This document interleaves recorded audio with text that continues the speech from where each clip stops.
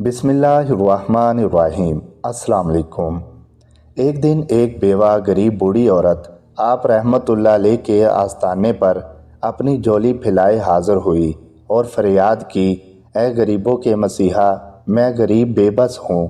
3 जवान बेटियाँ हैं जिनकी शादी की उम्र गुजर रही है। इनके बालों में चांदी उतर आई है। खुदा के लिए मेरी मदद कर ताकि मैं अपनी बच्चियों के अच्छे तरीके से शादी कर सकूं।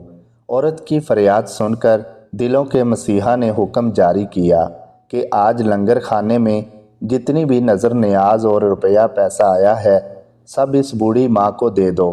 खादम सर झुकाकर बोला, मेरे शहंशाह, आज नज़र नियाज नहीं आई, लिहाजा मैं शर्मिंदा हूँ कि इस बूढ़ी औरत को देने के लिए मेरे पास कुछ भी नहीं है। बाबा फरीद रहमतुल्लाह अलैह के चेहरे पर उदासी का रंग लहराने लगा तो बूढ़ी औरत बोली, गरीबों के मसीहा, मैं तो आप रहमतुल्लाह अलैह की बड़ी दूर से शोहरत सुनकर आई हूँ। मैं हर दर पर दस्तक देकर नाकाम होकर और आखिरी उम्मीद समझकर आप रहमतुल्लाह अलैह तक आई हूँ। मुझे खाली हाथ वापस ना करें। आप रहमतुल्लाह अलैह ही मेरा आखिरी सहारा हैं। बाबा फरीद रहमतुल्लाह अलैह उदास शफीक अंदाज में बोले, आखिरी सहारा तो अल्लाह ताला की ज़ात है। ये फ़कीर भी उस दर का बकारी है। मेरा और सबका सहारा वही ज़ात है जो 70 माओं से ज़्यादा शफीक है।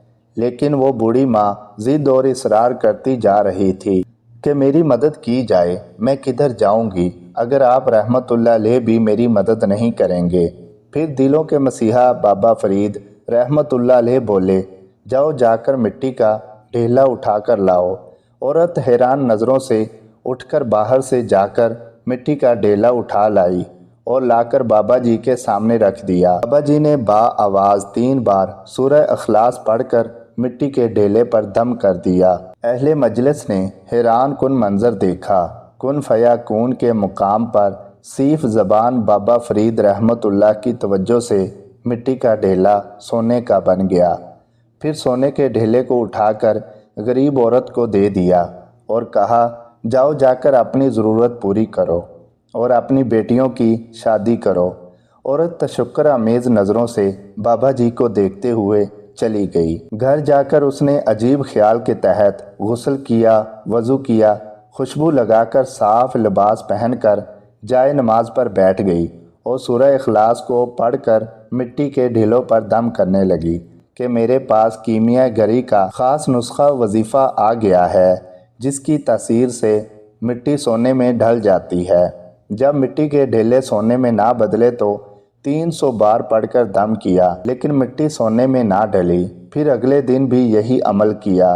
कई दिन औरत मिट्टी के ढेले लाकर सामने रखकर फिर सूरह इखलास पढ़कर इन पर दम करती रही, लेकिन जब बार बार पढ़ने और दम करने पर भी मिट्टी के ढेले सोने में ना बदले तो आखिरकार तंग आकर बाबा जी रहमतुल्लाह अलैह के हजूर हाज़िर हुई और बोली, ए मसीहा, आप रहमतुल्लाह अलैह ने 3 बार सूरह इखलास पढ़कर मिट्टी को सोने में बदल डाला, जबकि मैंने गुस्ल करके पूरे घर को साफ़ किया और महका कर सैकड़ों बार सूरह इखलास पढ़कर मिट्टी के ढेलों पर दम किया, लेकिन मिट्टी के ढेले मिट्टी ही रहे। आखिर मेरी पढ़ाई इबादत काम क्यों नहीं कर रही जो आप रहमतुल्लाह अलैह ने सिर्फ 3 बार पढ़कर कर डाला। बाबा फरीद रहमतुल्लाह अलैह ने औरत को टालने की बहुत कोशिश की, लेकिन औरत बाजिद थी कि मुझे वजह बताई जाए, मेरी पढ़ाई से मिट्टी सोना क्यों नहीं बनी।